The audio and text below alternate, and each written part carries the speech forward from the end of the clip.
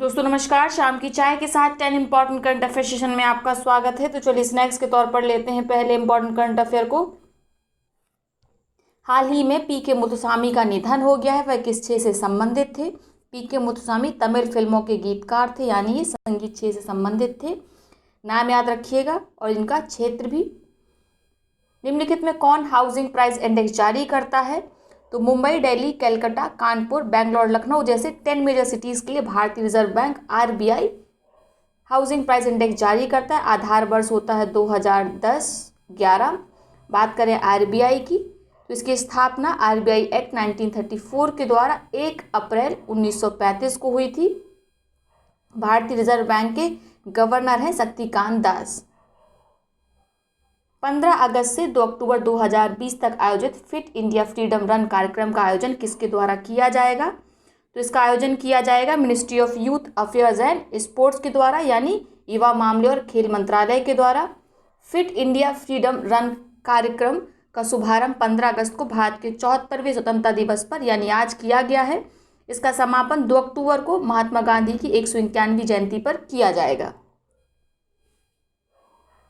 भारत ने कोविड-19 के प्रकोप का मुकाबला करने के लिए एंटीगुआ बारबुडा को कितने मिलियन अमेरिकी डॉलर की सहायता राशि दी है? तो भारत ने कोविड-19 के प्रकोप से मुकाबला करने के लिए एंटीगुआ बारबुडा को 1 मिलियन अमेरिकी डॉलर की सहायता राशि प्रदान की है। एंटीगुआ और बारबुडा ये कैरेबियन कंट्रीज़ हैं। आप मैप में देखेंगे नॉर्थ अमेरिका, साउथ अमेरिका के बीच में इधर गल्फ ऑफ मैक्सिको पड़ती है, उसी के पास है कैरेबियन सी, और यहीं पे छोटे छोटे आइलैंड्स हैं बहुत सारे।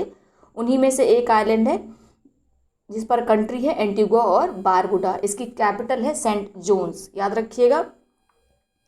एयर बबल समझौते के तहत किसी प्रकार का वैध वीजा रखने वाले भारतीय यात्री निम्न में से किस देश की यात्रा कर सकते हैं? तो अभी हाल में डायरेक्टरेट जनरल सिविल एविएशन ने यूनाइटेड किंगडम, संयुक्त राज्य अमेरिका, कनाडा के साथ समझौता किया है। समझौते का नाम है एयर बबल समझौता। ठीक है, ये सभी देश करते हैं। एक तरह का ये एग्रीमेंट फैसिलिटेशन है। जिन भी भारतीय यात्रियों के पास वैध वीजा है वो इन देशों की यात्रा कर सकते हैं। एयर बबल समझौता होता क्या है? ये बायलैटरल एग्रीमेंट फैसिलिटी है जिसमें दो देश की एयरलाइन कुछ रेगुलेशंस और प्रतिबंधों के साथ अंतर्राष्ट्रीय उड़ानों का परिचालन शुरू कर देते हैं। ठीक है।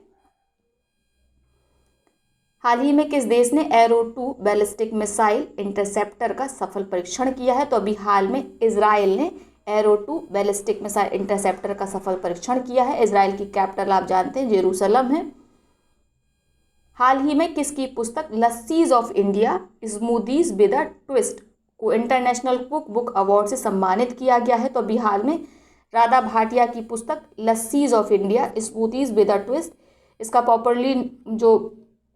पॉपुलरली नेम है वो है लस्सी। ठीक है, इनकी पुस्तक का नाम लस्सी पॉपुलरली नोन है। इसको हाल ही में इंटरनेशनल कुक बुक अवार्ड से सम्मानित किया गया है, यानी इन्होंने पूरे विश्व को भारत की लस्सी का स्वाद चखा दिया है। हाल ही में किस राज्य के मोरा केला को जीआई टैग मिला है? तो अभी हाल में गोवा के मोरा केला को जीआई टैग दिया गया है। मोरा केला के साथ ही त्योहार के समय बनने वाला एक पकवान है, नाम है खाजे, इसको भी जीआई टैग दिया गया है। और मसालेदार हरमल मिर्च को भी जीआई टैग दिया गया है। जीआई टैग पंजीकरण का मुख्यालय चेन्नई में है। यदि हम बात करें गोवा के मुख्यमंत्री की तो मुख्यमंत्री हैं प्रमोद सावंत और गवर्नर हैं सत्यपाल मलिक, याद रखिएगा। अगला प्रश्न देख लेते हैं। हाल ही में चर्चा में रहा पापुम रिजर्व फॉरेस्ट किस राज्य में है? तो ये है अरुणाचल प्रदेश राज्य में। देखिए बहुत सारे रिजर्व फॉरेस्ट हैं, वाइल्ड लाइफ सेंचुरीज हैं, आप सबको याद नहीं रख सकते, लेकिन जो चर्चा में रहती हैं वो अक्सर ही परीक्षाएं पूछी जाती है, इसलिए आप इनको याद रखा करिए। ठीक है, पापुम रिजर्व फॉरेस्ट चर्चा में क्यों है? यहाँ पे लगभग कटाई चल रही है काफ़ी समय से। 8.5 वर्ग किलोमीटर कटाई हर वर्ष हो जाती है यहाँ पे वनों की। ठीक है, अत्यधिक वनों की कटाई के कारण जो हॉर्नबिल पक्षी है उसके निवास में खतरा आ गया है। ठीक है, हॉर्नबिल पक्षी इन्हें फॉरेस्ट इंजीनियर कहा जाता है या फॉरेस्ट फार्मर भी कहा जाता है, क्योंकि ये फल खाते हैं और जाने अनजाने में बीजों को पूरे जंगल में बिखेर देते हैं, जिससे नए पौधे उगाते हैं। हॉर्नबिल पक्षी अरुणाचल प्रदेश और केरल के राजकीय पक्षी भी हैं, याद रखिएगा। तो पापुम रिजर्व फॉरेस्ट याद रखिएगा कहाँ पे है? अरुणाचल प्रदेश में है। हाल ही में किस बैंक ने आर्म्ड फोर्सेस के लिए अपनी तरह का पहला सौर केजीसी कार्ड लॉन्च किया है? तो अभी हाल में HDFC बैंक ने सौर केजीसी कार्ड लॉन्च किया है। या आप देखिए ट्राई कलर का खूबसूरत सा कार्ड है, ठीक है।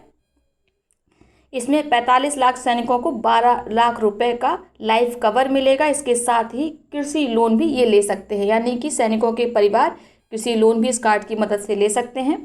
यदि हम बात करें HDFC की, तो भारत की लार्जेस्ट प्राइवेट सेक्टर बैंक है। इसकी स्थापना 1994 में हुई थी। इसका हेडक्वार्टर मुंबई में है। चलिए, करंट अफेयर्स तो हो गए। अब देख लेते हैं आज के सवाल जिनका जवाब आपको देना है। पहला प्रश्न है, भारतीय सशस्त्र बल द्वारा चीन के साथ तनाव के बीच किस परियोजना को पुनर्जीवित करने की घोषणा की? आपके विकल्प हैं प्रोजेक्ट चीता, प्रोजेक्ट कारगिल, प्रोजेक्ट विजय, प्रोजेक्ट शक्ति। अगला प्रश्न है, उत्तर प्रदेश में बायोफ्यूल प्लांट कहाँ स्थापित किया गया है? विकल्प हैं गोरखपुर, लखनऊ, कानपुर, बाराबंकी। आंसर जरूर करिएगा। आज 2 नहीं 3 हमने प्रश्न रखे हैं जिनका उत्तर आपको देना है। तो तीसरा प्रश्न है आज का, भारत का पहला राष्ट्रीय पुलिस विश्वविद्यालय कहाँ बनाया जा रहा है? ये बहुत इंपॉर्टेंट है, ज़रूर किसी न किसी परीक्षा में इसको पूछा ही जाएगा। आपके विकल्प हैं गुरुग्राम, ग्रेटर नोएडा, गोरखपुर, गाजियाबाद। चलिए, जो कल सवाल पूछे थे उनके उत्तर हम दे देते हैं। पहले वाले प्रश्न का उत्तर किसी ने नहीं दिया है। नरेंद्र ऋचा मैथी की नवीन प्रजाति का विकास उत्तर प्रदेश के किस विश्वविद्यालय द्वारा किया गया है? तो इसका विकल्प डी बिल्कुल सही है, इनमें से कोई नहीं। नरेंद्र ऋचा मैथी ये नवीन प्रजाति है मैथी की, इसको किसने विकसित किया है? Acharya Narendra Dev university of agriculture and technology Faizabad ने। NDUAT Acharya Narendra Dev university of agriculture and technology Ayodhya ने, फैजाबाद का नाम बदल के अब अयोध्या हो गया, ठीक है। अगला प्रश्न देख लेते हैं, किस मंत्रालय ने स्वच्छ भारत मिशन अकेडमी का शुभारंभ किया है? तो अभी हाल में जल शक्ति मंत्रालय ने स्वच्छ भारत मिशन अकेडमी का शुभारंभ किया है। साथ ही आपको भारतीय स्वतंत्रता दिवस की हार्दिक शुभकामनाएं। कौन से नंबर का स्वतंत्रता दिवस है ये? 74वें नंबर का। अगली बार जो पड़ेगा वो होगा 75वें नंबर का, ठीक है।